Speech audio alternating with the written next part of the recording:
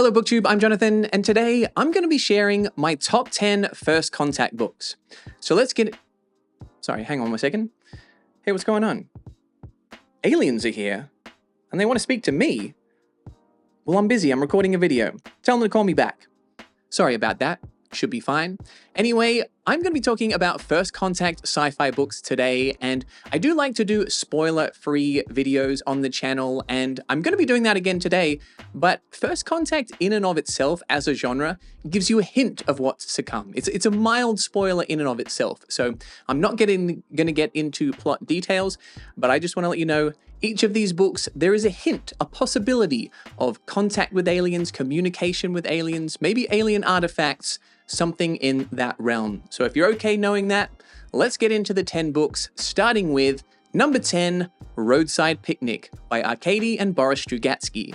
So in Roadside Picnic, aliens have visited Earth and they have left some things around, scattered around the planet, and there are people that are interested in exploring the zones in which these things were left and trying to uncover their secrets. And the book is split into parts that occur inside and outside of the zones, and the chapters inside the zone I loved particularly.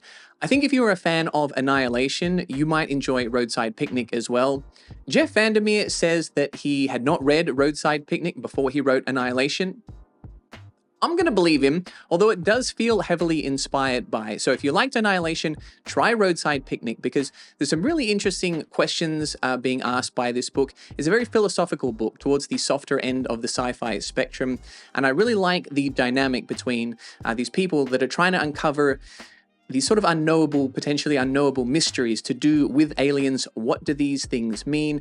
Kind of strange stuff happens in the zone, and it's kind of interesting to see our characters' perspective shift and sort of your own perspective as a reader as you try to sort of work out what's going on and what these things mean. So I've read 2 books by the Strugatsky brothers, Hard to Be a God, and this one. I liked both, but I particularly liked Roadside Picnic.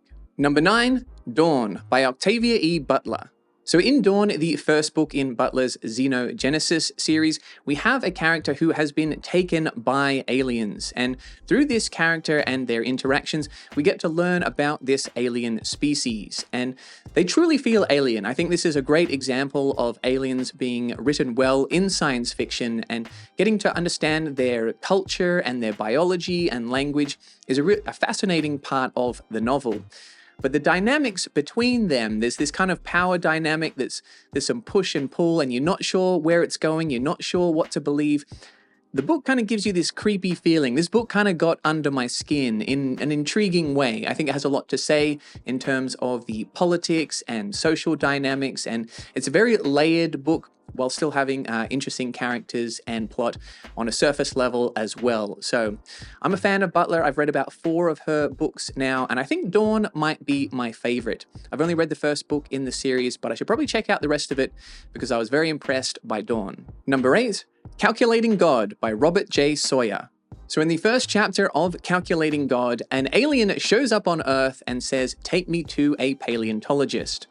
So our main character, who is a paleontologist, gets to meet this alien, and they learn that there are some interesting events that might have happened on other planets that align with events that happened on Earth as well. So what is the explanation for this coincidence? Or is it a coincidence? Is there a scientific explanation or maybe a religious one? Perhaps this is proof of God. So this is a very talky book, but I really liked the discussions that this book goes into, exploring some of the science to do with history, aliens, space travel, evolution, all kinds of stuff, but then also this kind of more philosophical or religious slant, and the way that these two things kind of interact, ways in which they're similar or maybe different, and getting these alien perspectives on things like that was a really fun way to tackle these topics. So this is the only book that I've read from Robert J. Sawyer. I read Calculating God recently, but it won't be the last because I was very impressed with Calculating God. Number 7, The Mountain in the Sea by Ray Naylor. So The Mountain in the Sea isn't a first contact story about aliens, but rather this is about contacting a potentially intelligent and conscious species of octopus right here on Earth. So a little bit of a different type of book, but I'm going to put it under the umbrella of First Contact. And I thought this was a great hard sci-fi story that explores those themes of intelligence and consciousness through humans, through animals, and also through artificial intelligence. And the way these things interact, what they really mean, projecting sort of what they might look like in the near future, I think was really well done. It weaves together some interesting stories. I thought a couple of the storylines were stronger than others, but they were all good. And overall, this was a very thought-provoking book that has inspired me to read more Ray Naylor as I have picked up his most recent novel, Where the Axe is Buried, a dystopian sci-fi story. So not First Contact, but if you're looking for a First Contact story, a recent one by a modern sci-fi author, I recommend The Mountain in the Sea. Number 6, Contact by Carl Sagan. So this is a classic in the First Contact subgenre, and in Contact, we have humans detecting potentially a message from space, and we have scientists trying to unpack it, as well as religious characters trying to decipher its meaning and what it means for society and humans and their religion. I feel like this was definitely an influence on Calculating God, as we have those two differing perspectives, the ways in which they contradict each other, or maybe ways in which that they can come together and see things in a similar way.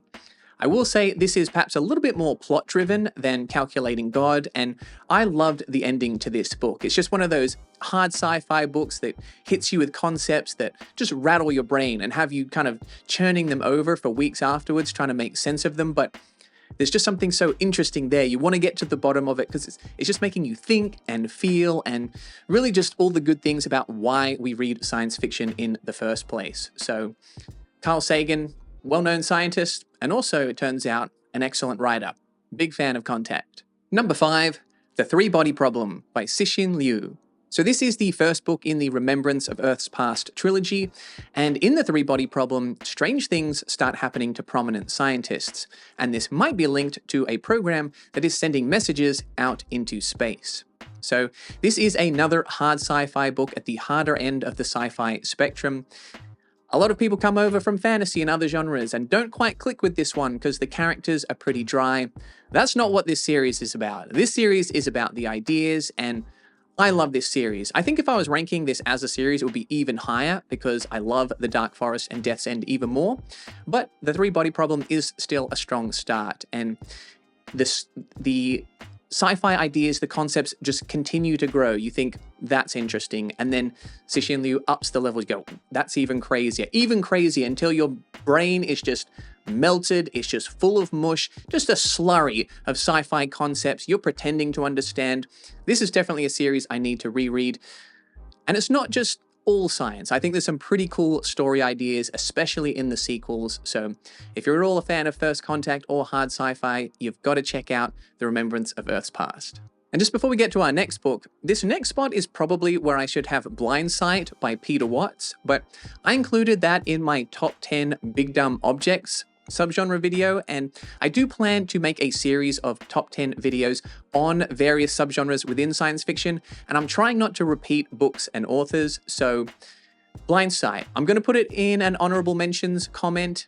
Probably deserve to be here, but I've talked about it a lot in a lot of videos. So if you want to hear my thoughts on Blindsight, go check out that video or another one, and check out the honorable mentions in the comments. Number 4, Children of Time by Adrian Tchaikovsky. So Children of Time follows two storylines. One is about humans on a generation ship trying to find a planet to live on, and the other is about spiders.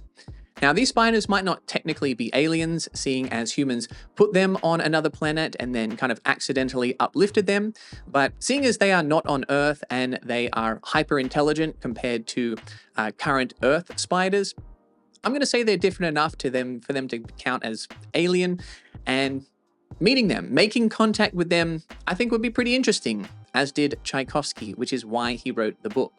So I like this story. I like both of the stories, but I was particularly interested in the spiders. I really like these spider characters, their society, seeing that kind of develop and change over time, and how it was informed by their biology, by their spider nature. but also the way that sort of like intelligence and consciousness kind of develop some similarities to humans and human society. So there's a bit of mapping there, some similarities and differences. And then as the two storylines converge, I think the book pays off really well.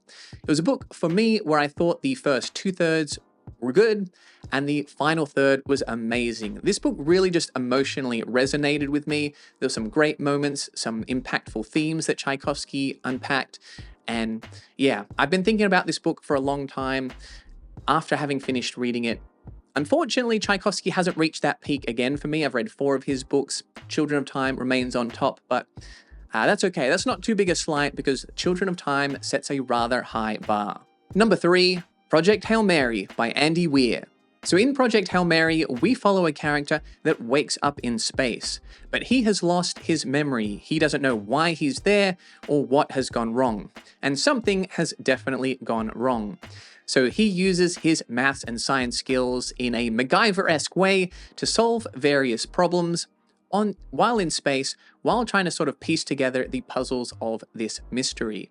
So I'm a massive fan of Project Hail Mary, and sometimes when I rank it highly, I put it in videos like this, I get comments like, oh, it's just popcorn sci-fi, it's a fun, fast read, but it doesn't have the weight of something like a Dune or Hyperion. It doesn't deserve to be up there. And that might be true. It might not be the thematically weightiest book in the world, but I think the plotting is fantastic. The dialogue is great. It's humorous.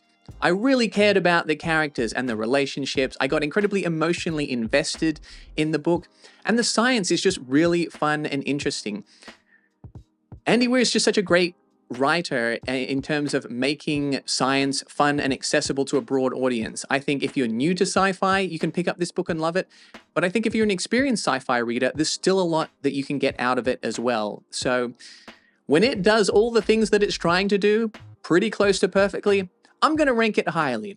I'm a fan of Project Hail Mary, and I'm looking forward to the movie as well, because I'm a Ryan Gosling fan, and I think it's going to be a good time. So if any of that sounds interesting, check out Project Hail Mary. I think it's as good, if not better, than The Martian. I think they do different things slightly better than the other, but if I had to pick one, I'd lean Project Hail Mary. Number 2, Solaris by Stanislav Lem. So in Solaris, we have a character arriving on a foreign planet, a water planet, where strange things have been happening to the people that are already there exploring it. Now, this book does a great job of combining hard sci-fi with philosophical science fiction. There are some kind of exposition-y, info-dumpy bits, which I didn't really mind. I kind of like that sort of stuff if it's exploring interesting science fiction topics to me. But also, I think it delves into the human psyche and trying to understand things that are potentially unknowable without necessarily knowing yourself. It's a very self-reflective book. I really like the way that this kind of strange planet revealed things about science and the galaxy and the universe, but also revealed things about ourselves. And that kind of look in the mirror I felt was kind of haunting. This book has a great atmosphere. The first half kind of has this sort of chilling, slightly horror-esque atmosphere. And then that second half sort of focuses a bit more on the philosophy, and they both worked really well for me. I think it's a book that you can get to the end of, and some people might go, okay, wow, where was that final thing where it all clicked into place? And then I think there'll be other readers that like grappling with the ending. That's kind of the point, the fact that you're still grappling with this book weeks or months after you finish reading it. That's the goal. And this book is just so thought-provoking to me. It's kind of what's given it staying power. Why all this time after I finish reading it, yeah, I still think about it, and just all these thoughts and emotions come flooding back. That's why it's a classic. You gotta read Solaris. And finally, Childhood's End by Arthur C. Clarke. So this is my favorite book by one of my favorite authors, Arthur C. Clarke.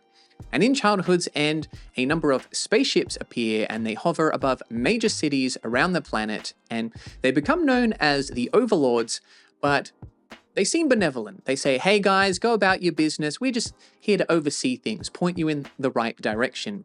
And the book is told in 3 parts, and each part just gets bigger and better in terms of exploring the implications of these aliens, the future of humanity, and the scale of this book. I love the just imagination that Clarke has. He's able to explore these massive topics that simultaneously make you feel incredibly tiny and insignificant, and yet also connected to everything else in the universe. It's hard sci-fi, but with an emotional edge. I really connected personally to this book, and I loved how it just escalated. I like part 1, I love part 2, and part 3 just blew me away. So check it out. I think Arthur C. Clarke, I'm not going to say he's underrated because he's very highly rated, but I think his prose is underrated. I actually enjoy reading his books. I quite like his writing style. So check it out. Whether you're a fan of hard sci-fi or classic sci-fi or not, I think this might be a good one to get you into it. Try Childhood's End. So there you go. Those are my top 10 First Contact books. And sorry about this. Yep. No, now's not really a good time either. They're threatening to use the death ray. Yeah, they're probably bluffing. All right, tell them to call me back. Sorry about that. First Contact books. Those are my top 10. Let me know some of your favorites in the comments. I hope some of these sounded interesting. Let me know if you're going to pick them up if you haven't read them already. So I hope you enjoyed this video. If you did, smash or just gently click the subscribe button. And if you really enjoyed it, consider checking out the perks of becoming a Patreon member, where you can become one of my robots, androids, or cyborgs like Nima and New Eden, Half Ogre, Sikawe, Samil, Colin, and my favorite alien, Bamsis. And you can find more sci-fi content over here.